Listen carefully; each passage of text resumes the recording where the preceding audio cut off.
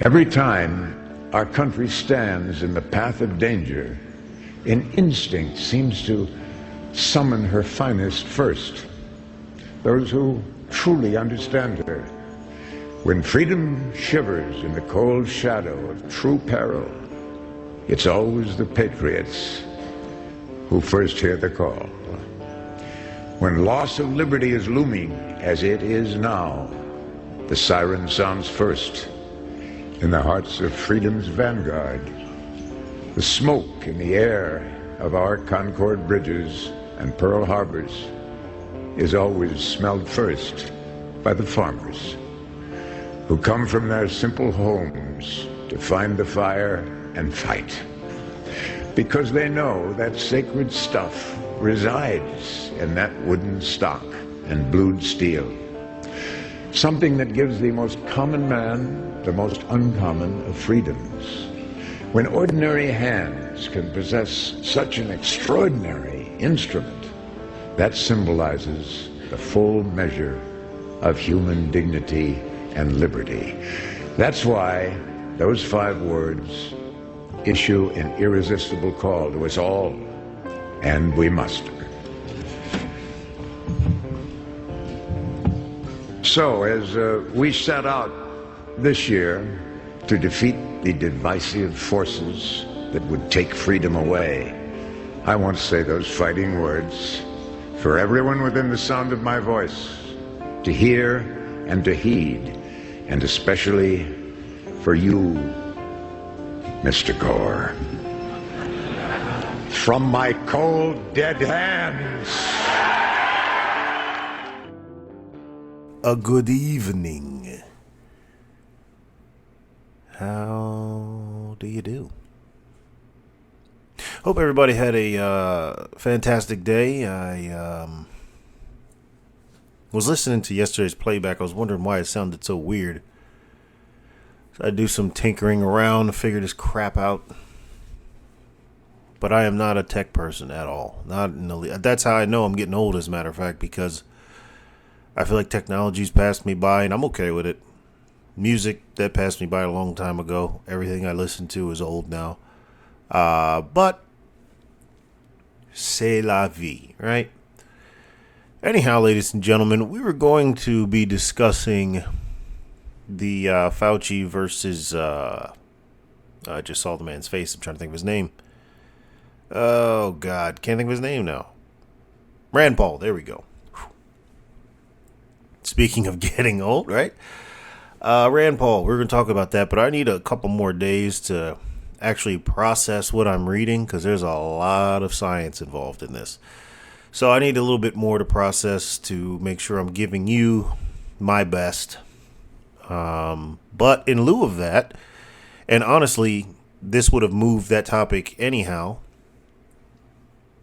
Mr. Magoo decided to address the public last night. Decided to, emerge from his playpen. I figure it's something like, whenever he gets out to do his little presentations, I really envision something like Tommy Pickles pulling the little screwdriver out of his diaper and breaking out of the playpen. That's what I envision him doing. Anyhow, he said a lot of shit yesterday, as he tends to do, but one thing in particular that caught my mind, and caught my attention, I should say, is he finally came out and admitted that his goal, his intention, is to ban all firearms. And it's funny because I've gotten into many, many conversations. Some of them, if not most of them, ended up being heated with people back when I did such a thing, when I believed that you could reason with people on the other side and actually debate and change their minds. I got into many discussions about that, and they all said the same thing. He's not coming for your guns. But there was never anything behind that. And I said, why? What makes you so confident that he isn't? Even though I'm listening to the man say he is. So I'm, on the one hand, hearing a man say, yes, I am coming for all of your guns. I'm hearing the person who ended up being his vice president say the exact same thing. But you are sitting here telling me this is not going to happen. Why? Well, because none of the politicians in the past did. Ah. So because something hasn't happened in the past, that means it can't happen in the future. Well, there's a whole field of invention and technology that would spit in the face of that argument, right? Because if we're going to apply that, then okay, well, cell phones weren't invented in the past, but they exist now. There's a whole host of crimes that did not exist in the past, so I guess they shouldn't be crimes now? I guess hacking into government files, that shouldn't be a crime because it wasn't a crime in the past. So, I guess I and others of my same phenotype, we should all be slaves still, right? Because none of the presidents prior to Republican Abraham Lincoln saw fit to free the slaves. Therefore, it shouldn't have happened, I guess is the law. I don't know. Is that what you're meaning to say when you say something as stupid as that? But again, this is what we're dealing with. Anyhow, the man said as the article said, he said the quiet part out loud. We are, this is a website called Truth About Guns. Very interesting. I was kind of going over it a little bit, seeing what else they had on there. It's pretty interesting stuff. It's not your typical, where it's more emotion and rhetoric than it is information. But we're not going to actually read this article. I'm, of course, going to keep it down in the description, along with everything else that I referenced today, for you to peruse at your leisure. To me, it's just very interesting following the trajectory of how we got to this point. This started with the assault weapons ban proposed by the same man, Mr. Magoo, Joe Biden. Then we went to something called common sense gun reform, right? And high capacity magazines.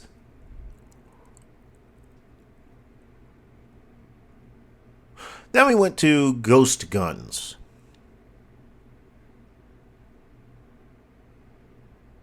And now here we are, where he's saying that he wants to even ban 9mm pistols. That's right. If you hadn't heard what he said, the man said he wants to ban any kind of weapon, any kind of firearm that can take multiple rounds. Any kind of firearm that can take multiple rounds. See, and a lot of the pundits are talking about 9mm pistols, but what they're maybe not realizing or just not saying, well, that also includes revolvers. Revolvers hold multiple rounds.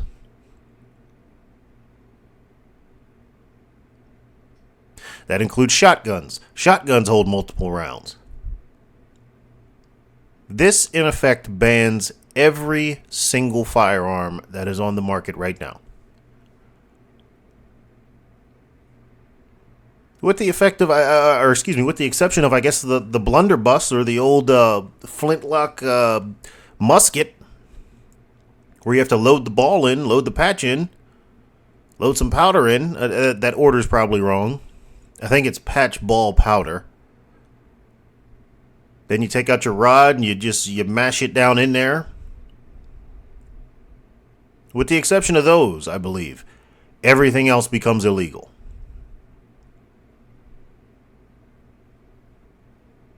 And this is where we are. But what I also want you to notice about that timeline that I gave you earlier. Two things. Number one, the fact that it was a steady, incremental push towards this point where people smarter than myself, because there was a time when I succumbed to the lie. I said, oh, okay, they just want this. Oh, they just want that. I guess you don't really need that.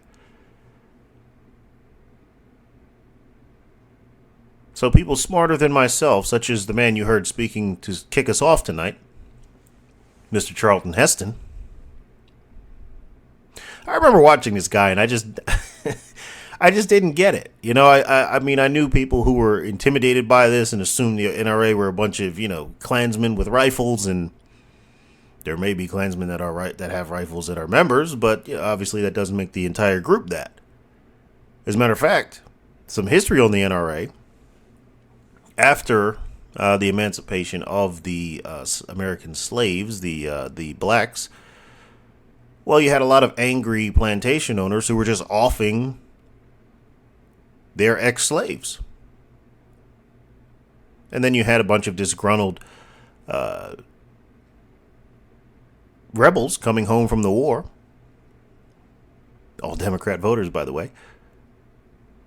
Who would see these people just wandering the streets because it wasn't like there was a cab to come pick them up. They just had to walk somewhere and find some. I mean, that scenario, I play that through my mind from time to time, and I'm just like, you want to talk about real fucking problems? You want to talk about facing real racism? And that's kind of what irritates me about the current society, and more in particularly when I listen to black people bitch about things that aren't actually racist.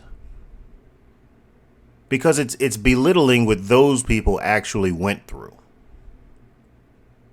So you want to talk about what the fuck do? You just got released begrudgingly. You have nothing to your name. Everybody within 100 miles, for the most part, hates you and wants to kill you. So you had a lot of these ex-slaves falling victim to violence. Gratuitous violence. Well, there was one organization that stepped up and said, not only are we going to protect these people, but we're going to give them guns and teach them how to protect themselves. And that was the NRA. So anyway, Charlton Heston. I remember seeing this guy on TV. I saw him in Planet of the Apes and all this other stuff, and I just didn't get it at that time. I guess I didn't really have the wherewithal or really the life experience to process what I was listening to. All I saw was an old man waving a gun saying that you'd have to kill me to take it from me. That's what that saying is, from my cold dead hands.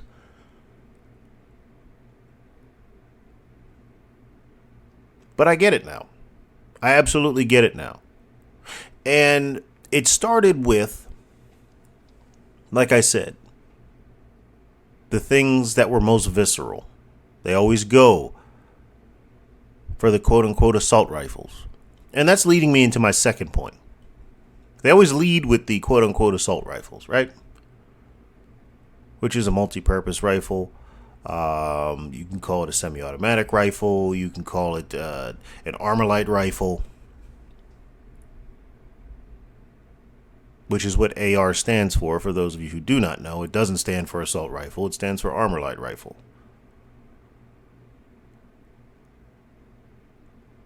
But you go from that and notice all of these terms. These are not real words. These are not real terms in the field of or in the discipline of shooting. Now, they've been adopted because of convention, because people keep saying it. But before Joe Biden and Hillary Clinton, if you went to a gun shop and asked for an assault rifle, people would look at you like you were insane. Because it's not a real thing. It's a term they made up. Which the term on its face, if you think about it, makes no sense. A super soaker is an assault rifle. If an assault rifle is a rifle that can be used to perform an assault, as the name would belie, and an assault is an attempt to commit a battery, well, any kind of rifle can be an assault rifle. But then you move to things like high-capacity magazines. Well, that's not a very specific thing either, is it? What's high capacity?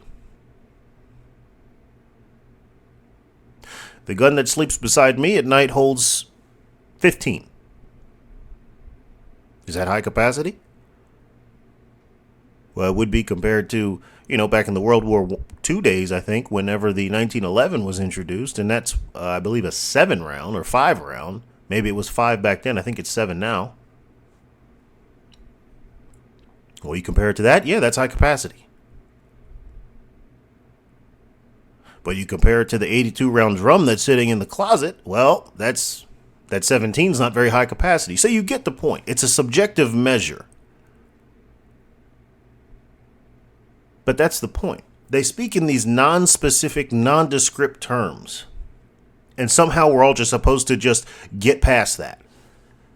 And then it moves to ghost guns. And then they've made up an entire dictionary of jargon without actually... Liberals are the only people that are allowed to argue a point from a stance based solely and wholly in ignorance and still be taken seriously.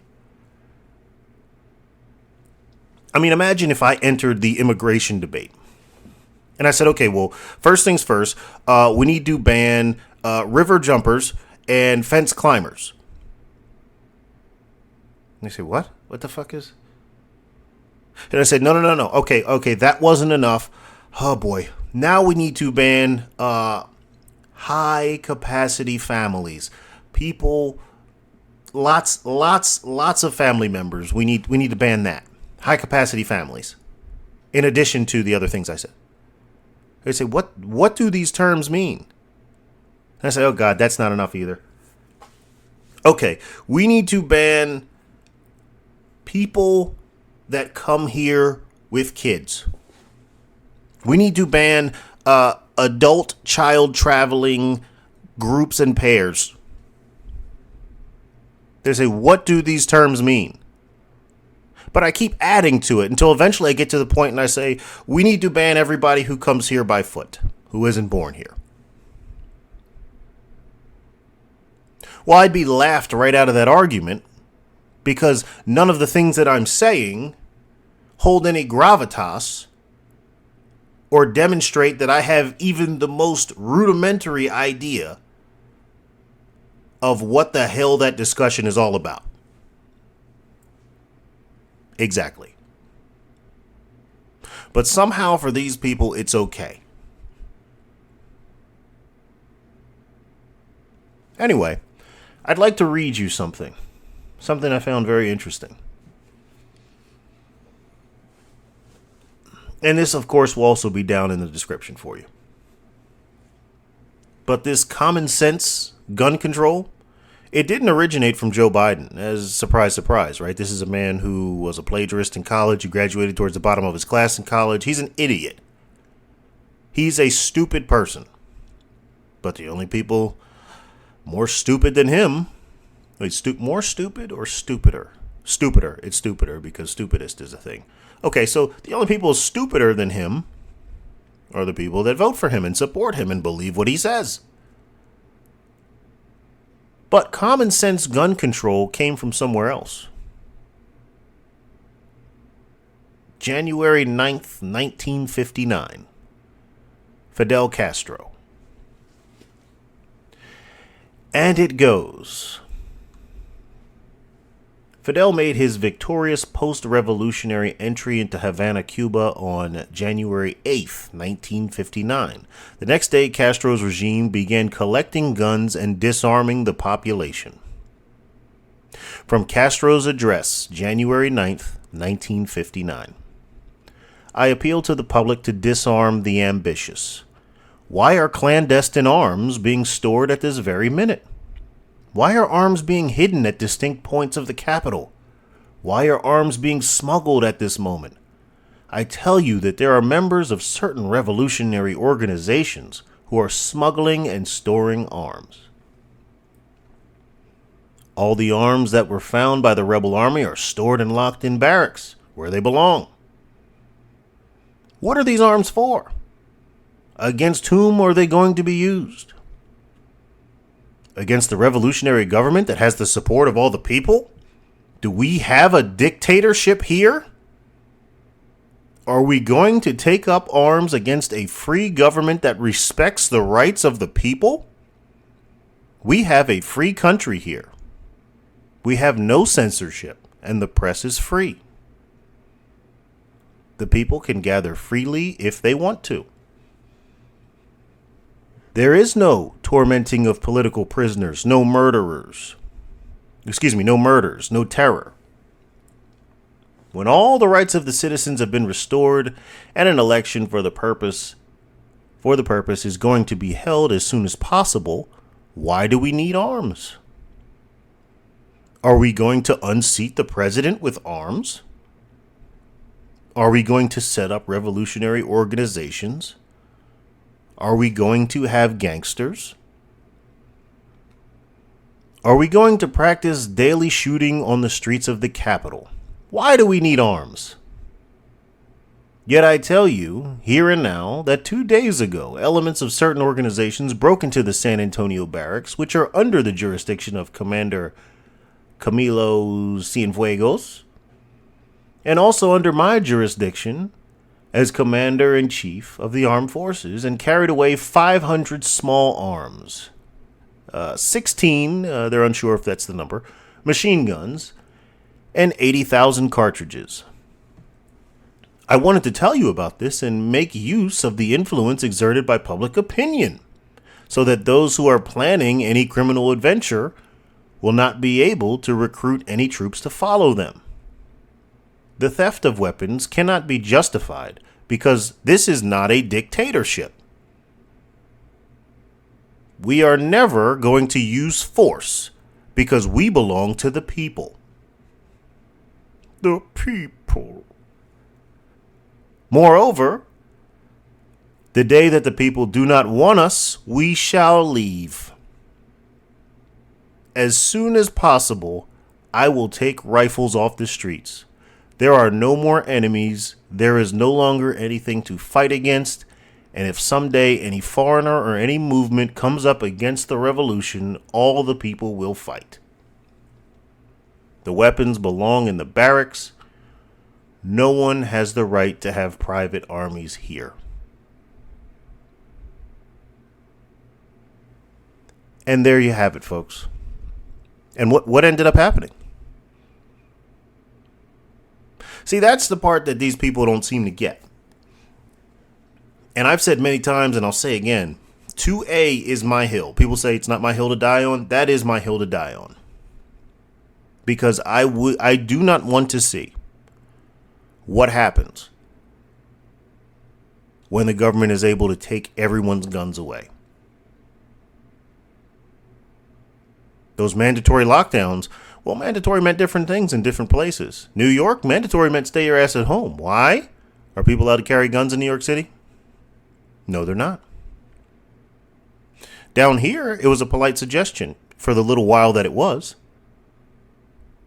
See, our politicians deal with us a little differently in the South because, well,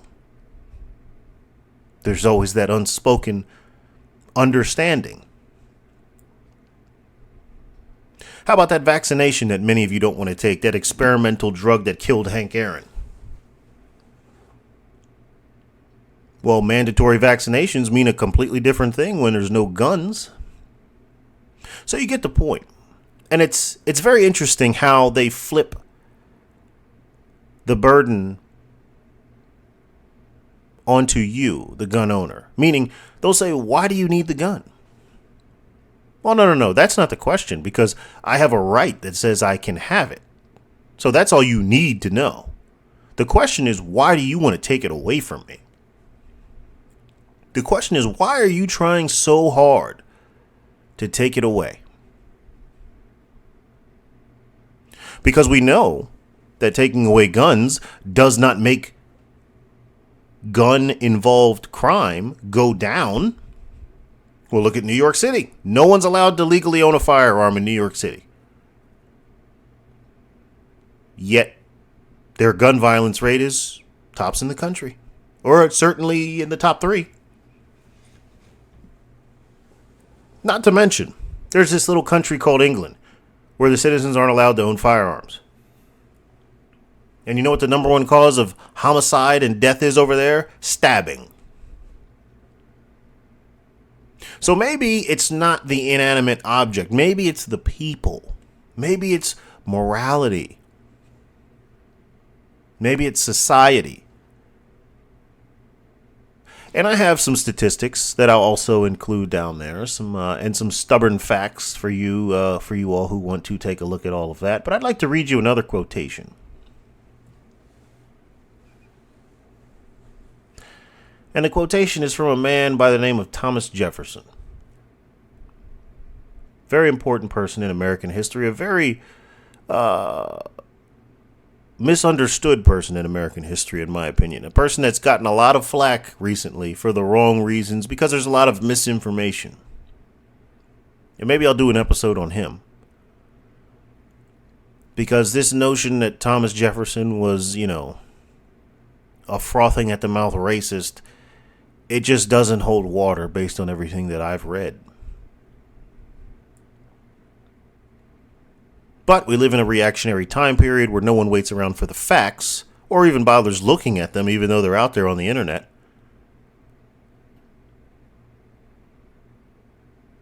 So maybe I'll do an episode on him because there's a lot about him that most people don't know. For example, and I'll just throw this out there and we'll get into this quotation, but for example, how many people actually know that he tried to abolish slavery well before America was an independent nation? There's a reason why both Martin Luther King and Frederick Douglass regarded Thomas Jefferson as an abolitionist. But again, I'll probably have to get into that at a different time. For now, this quotation. Quote, "I know no safe depository of the ultimate powers of the society but the people themselves. And if we think them not enlightened enough to exercise their control with a wholesome discretion, the remedy is not to take it from them, but to inform their discretion by education." The remedy is not to take control from them, but to inform their discretion by education. This is the true corrective of abuses of constitutional power. These are some smart dudes. And it's not even so much that they were brilliant,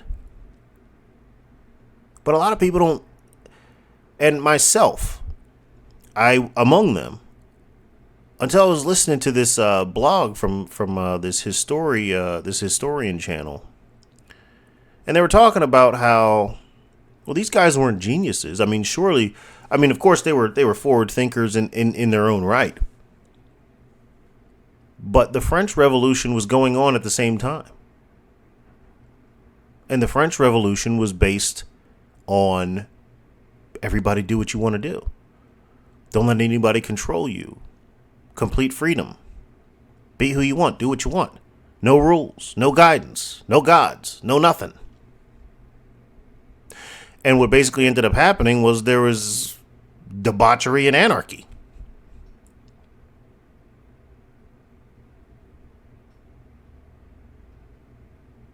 So anyway, and along those lines with Thomas Jefferson, speaking of the man,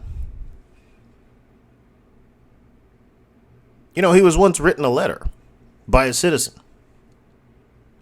asking if the Second Amendment meant that that citizen could own a cannon. I bullshit you not, a cannon. I believe it was an 18-pounder. Because at that time, there was a lot of shit going on at that time. It was the early 1800s. So you had England still upset with us from the ass whooping that was put on them. Right, so they were kidnapping ships and forcing people into servitude under something called the Letters of Marque. But you also had, maybe people don't know this either, but you also had American ships being kidnapped and people being sold into slavery and killed by whom? Well, that would be Islamic pirates. Yes. Yes, we were dealing with them even back then. As a matter of fact, that ended up ultimately leading to the Qu'ran. The first Qu'ran was published in America in the early 1800s. because of, I believe it was Thomas Jefferson and John Adams, who said people need to understand who these people are and why they're attacking us and why we cannot coexist with them. But that's a different topic for a different time. And again, don't take my word for it. As a matter of fact, I'm going to try to find that. I don't have that in my references right now. I'm going to try to find that for you and throw that down there. But if not, I'll come back to it at a different time because it's late as I'm recording this. But anyway, Thomas Jefferson, responding to the man who asked if he could own a cannon, he said, yes. In short, the answer was yes, you can own a cannon, Second Amendment. And that brings me to the Second Amendment. Because as we wind down, I really want to get this, I want to get this monkey off my back.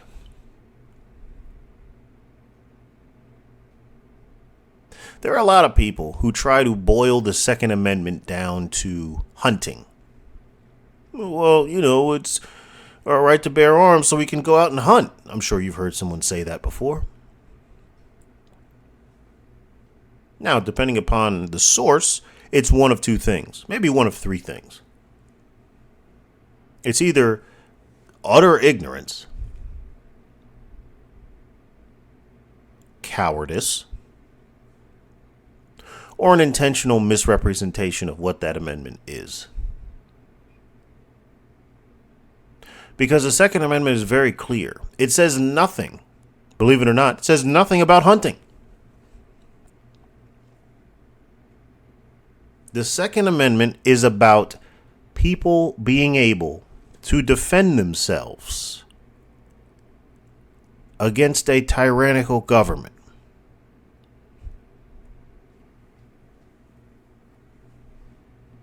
Period, over and out.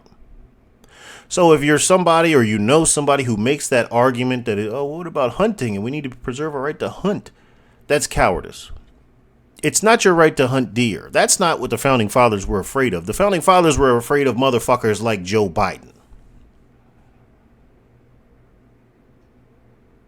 The Second Amendment was put in to protect us against people like him, against people like Gretchen Whitmer, against people like Andrew Cuomo,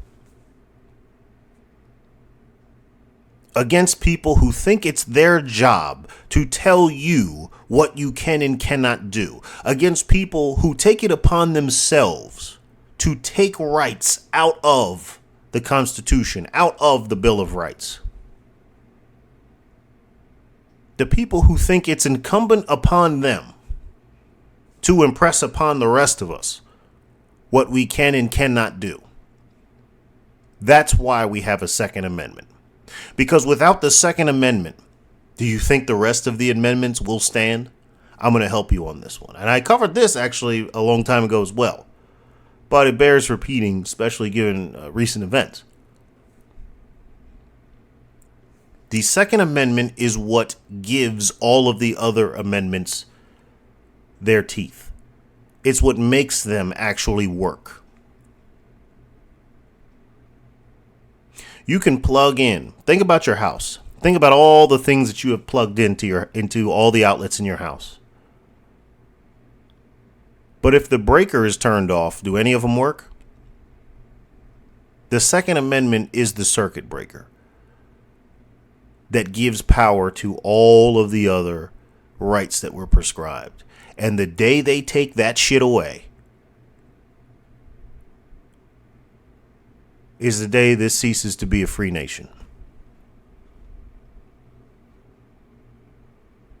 And that, ladies and gentlemen, is why 2A is my hill. To quote the illustrious Charlton Heston, they can have my guns when they pry them from my cold, dead hands. Anyway, folks, that's all I got for you today. I appreciate each and every one of you tuning in. So until the next time, ladies and gentlemen, peace.